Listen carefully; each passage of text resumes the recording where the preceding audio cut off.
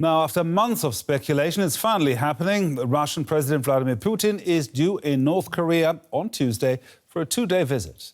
It will be his first trip to the country in nearly 25 years.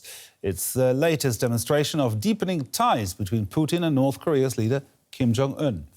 But why now? Our East Asia correspondent James Chater looks at what's behind this partnership. North Korean leader Kim Jong-un in Russia last year shaking hands with his Russian counterpart Vladimir Putin, the man he now calls an invincible comrade in arms. Putin's trip to North Korea and his third meeting with Kim, the latest demonstration of deepening ties between Moscow and Pyongyang. The two adversaries of the United States have drawn closer since Russia launched its full-scale invasion of Ukraine, finding friendship amid growing global isolation. But it's a relationship that's stoking concerns in the West. South Korean and US officials say the North has been feeding the Russian war machine, sending millions of munitions to Moscow. They say Russia, in return, has provided North Korea with military technology and economic aid, in defiance of UN resolutions. Seoul and Washington have held an emergency call to discuss the visit. But despite Western criticism, the Kremlin said it has every right to develop ties with Pyongyang and shouldn't be challenged for doing so. All this comes as tensions on the Korean peninsula steadily build. The US and South Korea recently conducted joint air exercises featuring a B-1 strategic bomber. It included their first precision-guided bombing drill in 7 years. South Korea this month scrapped a military pact with the North, allowing it to resume combat drills on their shared border. Seoul, for its part, said it was responding to a barrage of North Korean balloons filled with feces and trash that were sent towards the south. Let's bring in Jean Lee. She is an adjunct fellow at the East-West Center in Honolulu, Hawaii, and joins us from there. And she previously spent many years as a journalist covering North Korea, heading the Associated Press Bureau in Pyongyang. Jean, welcome to the day. Kim Jong-un rarely hosts foreign leaders, so why is he receiving Putin now at this point in time? We are watching this closely because, North Korea has been so closed off. They sealed the borders at the start of the COVID-19 pandemic. There's been very little traffic in and out. Of course, many embassies shuttered their doors temporarily and diplomats and aid workers left. So there's been very little traffic across the border. They are very strategically opening up and extending invitations to specifically Chinese and Russian officials. But Putin would be the highest profile leader to make a trip all the way to Pyongyang since the pandemic. And that is a huge propaganda coup for Kim Jong-un. And what can Kim actually offer to Vladimir Putin? I mean, this is a time when North Korea has something that Russia needs. Doesn't happen very often, but North Korea does have stockpiles of ammunition that Putin would certainly like to use and has been using in the campaign in Ukraine. And that is, of course, a violation of UN sanctions. There are very few other countries that are willing to support that campaign.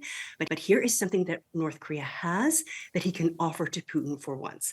And so it has become a very transactional and useful relationship for both sides, because of course, North Korea is extremely isolated at this point, needs fuel, aid, and also some technology to get its nuclear program to the next level. So certainly, while this is a huge propaganda coup for Kim Jong-un, we're also looking closely at the kind of military arrangements that might come out of this meeting. Now, what do you reckon? How would this new Kim-Putin alliance, that isn't that new, alter the security balance in the Indo-Pacific region?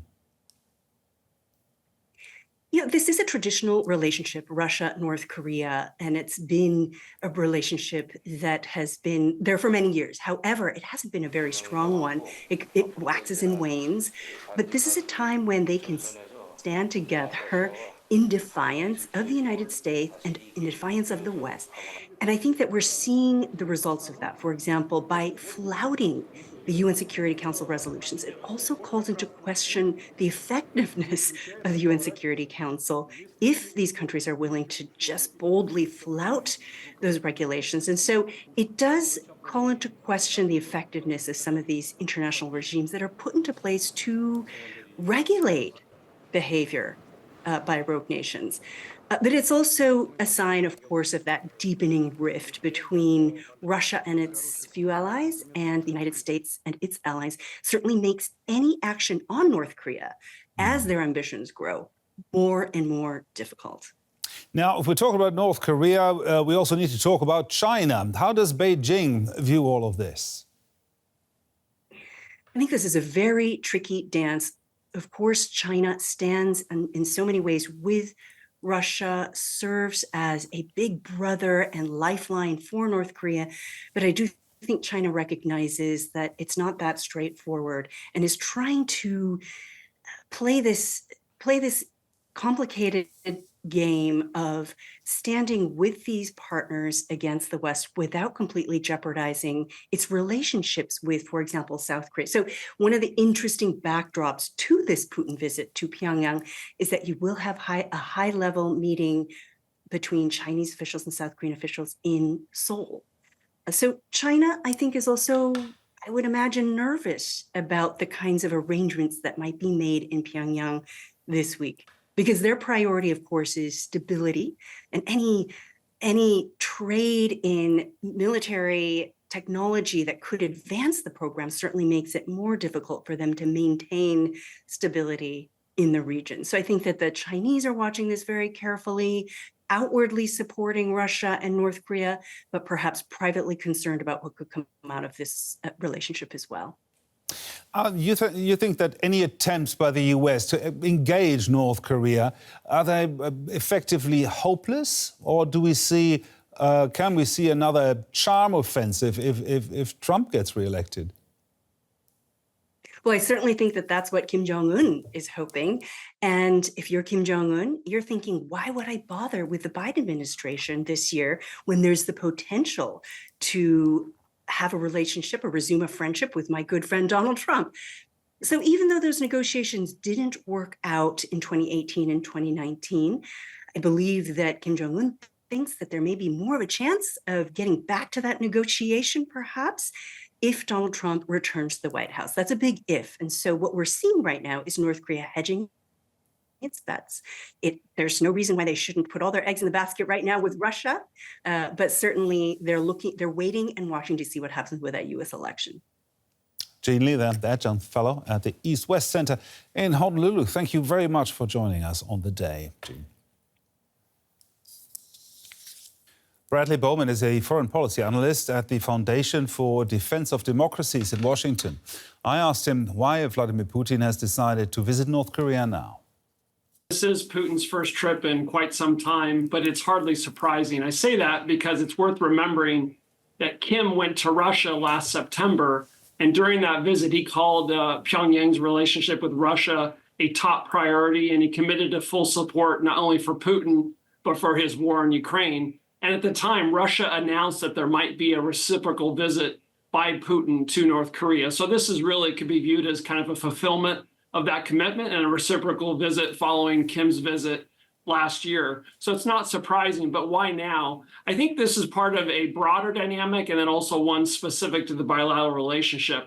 The broader dynamic is that we're really seeing, we being, I'd say, the United States, Europe, and our allies, are seeing the gelling, if you will, of what I would call an axis of aggressors consisting of China, Russia, Iran, and North Korea. You know, there's differences between the countries and their objectives, and they have distrust among themselves, and autocrats tend not to want to trust other leaders, but they're unified by their opposition to the United States, to Europe, and to the rules-based order, and they're eager to maintain their foot on the throats of their respective people, to maintain their authoritarian grip on power, and to advance a might makes right foreign policy in each of their respective regions that presents not only regional challenges, but also global challenges as well.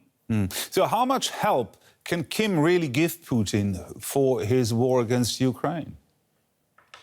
Well, you know, it's a good question. Kim has already provided a lot of support to Putin. According to the U.S. Defense Intelligence Agency, This is as of last May, just a couple months ago.